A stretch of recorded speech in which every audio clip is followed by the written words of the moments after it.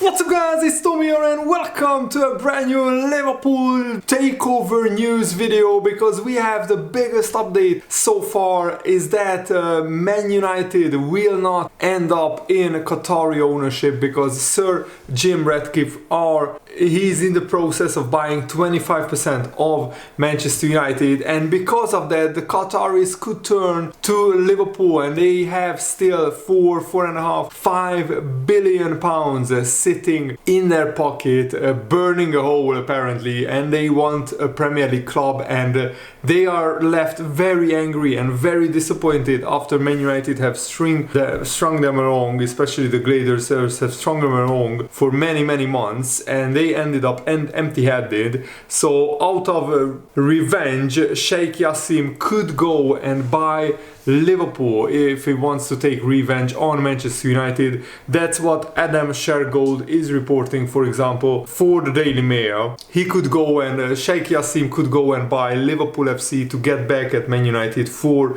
rejecting his takeover bid. That's what the headline is. And according to the journalist, the Qataris are very angry at missing out on buying Manchester United, and they are left disappointed. So let me know, how do you react to this news? Let me know in the comments below. Do you want Liverpool to end up in the hands of Qataris or not? Leave your reasons down below, and of course, if you enjoy these videos, make sure to leave a like and subscribe if you haven't already, and you can further support my channel. Subscribe to Patreon, where you get great benefits, or just press the thanks button below the video and you can support my work that way. So the Qataris withdrew from the race to buy Manchester United on Saturday after it emerged that Sir Jim Ratcliffe's offer of 1.4 billion pounds for a 25% stake in Man United was more appealing to the Glazer family. So the Glazers accepted this proposal, which seems pretty bonkers unless Sir Jim Ratcliffe plans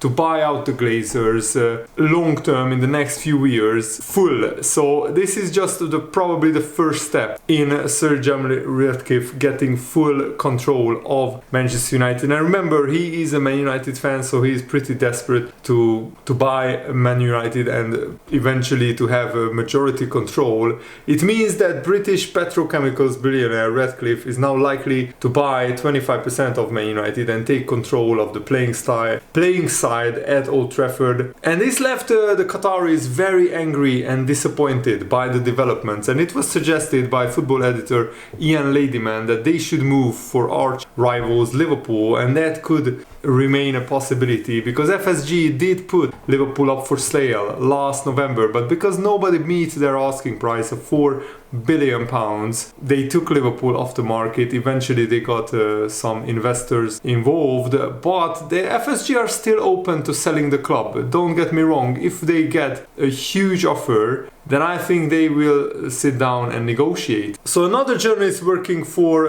the Mail Sport newspaper, Mike Keegan, has said that the Qataris set aside around $8 billion, which is 6.5 billion pounds, for the Man United project. That money is there and ready to go, burning a hole in their pockets. So what a story that would be to buy Liverpool. From what I am led to believe, the Qataris are very disappointed and angered as how this has played out pretty publicly, because Man United are a publicly traded company on the stock exchange. From time to time they absolutely had to disclose updates on the takeover process, so they had to share the information with investors, which means that this whole takeover saga has been dragged on pretty publicly. And what better way to respond than to get Man United's biggest rivals from down the road and throw all that money, 6.5 billion, you are going to throw into Man United, into making them pay for that decision not to sell to you. And imagine if the Qataris buy Liverpool instead with that 6.5 billion pounds, or like maybe 5 billion would do it, and the rest can go to transfers. How would you feel? Let me know your honest opinion in the comments below. I'm pretty opposed to the state of Qatar owning Liverpool, but if it's just an investor group which is independent and not controlled by the Qatari sheikhs or the Qatari ruler, then I would be more accepting and more willing to accept them as new owners. But we have to be careful what we wish for, because of course we ultimately want what's best for Liverpool FC, which is to have a playing squad able to compete for the biggest titles and trophies. We don't want to lose the soul, the heart, the traditions of Liverpool FC and the fan base, and of course Liverpool as a city as well. The Man United fans won't be happy with this development, because when it became clear that Ineos wants to take over the football operations, then that is probably quite attractive to a lifelong Man United fan. Keegan said, "We know there has been a period of decline since Ferguson left, that the Glazers haven't got things right on the field as well as off the field, and Ratcliffe will see this as an opportunity to make a success of things, as he has done in all of his other businesses. I think if you are a Man United fan, you will hope there is a pathway to see the back of the Glazers, and things have been that way for so long. If the Glazers are going at some point, then that will be something that the Man United fans can cling to. The bar has been set so low in terms of recruitment and performance on the field, so I have no doubt they will come with a promise. They will turn that around as well." So would you accept the Glazers are going to go eventually with this promise to invest in the playing squad and turn things around on the field? Is that a compromise that the Man United fans will be happy with? For a lot of Man United fans, the sheer fact the Glazers might be going after all the years of misery they have endured, that might be enough for them to accept this partial takeover of Manchester United. And Ben Jacobs, who is a football business expert, he said, "A lot of people have asked me why Sheikh Yassim withdrew from the process and whether he could return. The withdrawal came in part because 9-2 Foundation held final talks last week and couldn't reach a breakthrough. They also grew fatigued by the process. They got tired of it. The timing of their withdrawal would also suggest they knew Ratcliffe has made significant progress. I was always told the group would walk before they were formally rejected if they felt that they couldn't win this bidding war." Sheikh Yassim's bid obviously looks very appealing on paper. He offered over £5 billion for Man United. He would have wiped Man United's £1 billion debt, and there was £1.4 billion allocated for pledged investment into infrastructure and the playing staff. This figure was raised from 0.8 billion after April to essentially match what Ratcliffe will pay for a 25% stake. This may not have been intentional, but it certainly represents a clear contrast. Sheikh Yassim specified his pledged investment, whereas it's unclear how money from a Ratcliffe sale will be used within the club and how much of it. Those close to the sellers have consistently argued the reality of Yassim's bid did not match the PR, and the Qatari banker was not often directly engaged in the process, instead using several intermediaries, including an ex-US government official. And Ben Jacobs said that even though there are links to Sheikh Yassim potentially buying Liverpool, Tottenham and Inter Milan have been mentioned, at this stage he's not considering buying another football club, but that might change in the near future. We have to wait and see how these things develop. And even though former Liverpool recruitment chief Michael Edwards was linked with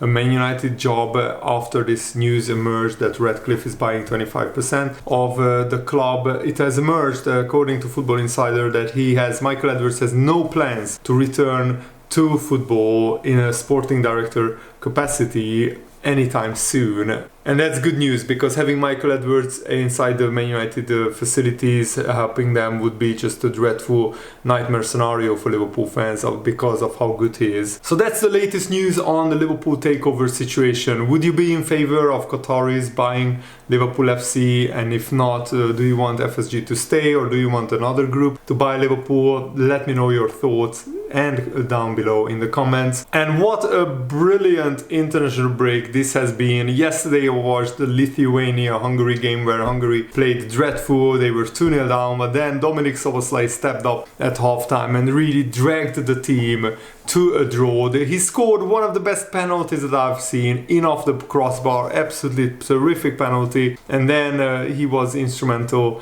and played some really good football, and Hungary eventually equalized, and we almost won the game as well. We missed a lot of chances in the second half. Hungary had 13 shots, Lithuania just 2. Ultimately it was a 2-2 draw, and Hungary need one more point to be mathematically certain to qualify for the Euros, but hopefully that will be a formality in the next international break. We are still 1 point ahead of Serbia with a game in hand as well. So with one victory we can eventually win the group as well. We have Bulgaria away and Montenegro at home in our last 2 games. And I'm still in the process of editing the Hungary-Serbia game. So once that is finished, that will be uploaded to my channel probably later today or tomorrow, so stay tuned for that. Also, Darwin Núñez scored a brilliant header and assisted for De La Cruz as Uruguay beat Brazil 2-0, and Darwin Núñez was the man of the match. He was absolutely terrific.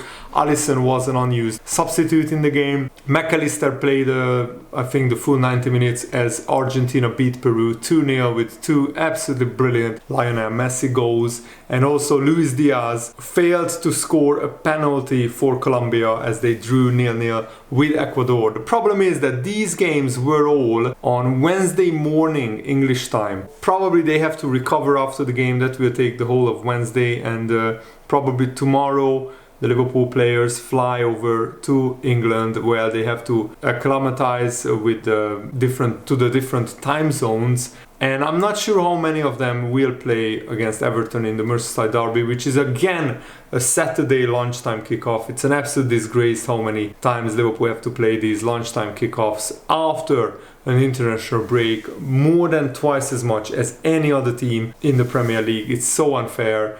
And we will see probably Alisson starting goal, but McAllister, Darwin Núñez, Luis Diaz, will all 3 of them start? That remains to be seen. I think we have to start at least one of them because Gakpo is injured, so we have to go with probably Salah, maybe Jota up front and Luis Diaz on the left, or Salah, Darwin Núñez and Jota on the left. So either Darwin Núñez or Luis Diaz might miss out on starting. But yes, the big question, if McAllister is not fit to start or not ready to start, who will start in that defensive midfield role? And one of the main reasons I was so confident that Darwin Núñez will eventually come good is I know that Jurgen Klopp worked with huge talents before, big talented strikers, and he got the best out of them. Case in point, Robert Lewandowski. This is what Lewandowski said about Jurgen Klopp: I could talk to Jurgen about anything. I could trust him. He's a family man and he has so much empathy for what goes on in your private life. Jurgen was not only a father figure to me, as a coach he was like the bad teacher, and I mean that in the best sense of the word. Let me explain. Think back when you were in school. Which teacher do you remember the most? Not the one who made life easy for you and never expected anything from you, no. You remember the bad teacher, the one who was strict with you, the one who put pressure on you and did everything to get the best out of you.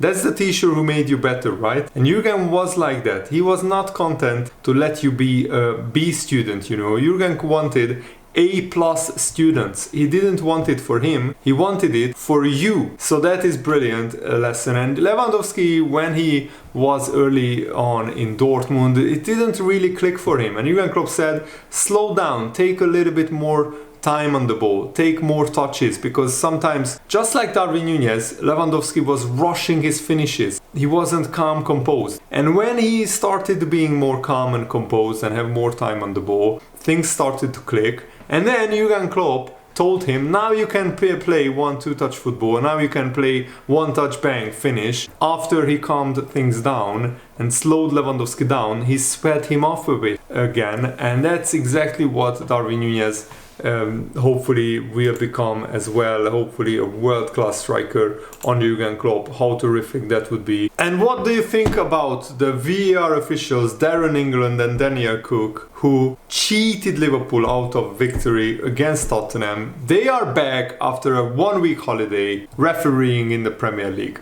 Absolute disgrace. The PGMOL and Howard Webb needs dismantling and firing. I mean, Howard Webb needs firing and the PGMOL dismantling, just to be clear.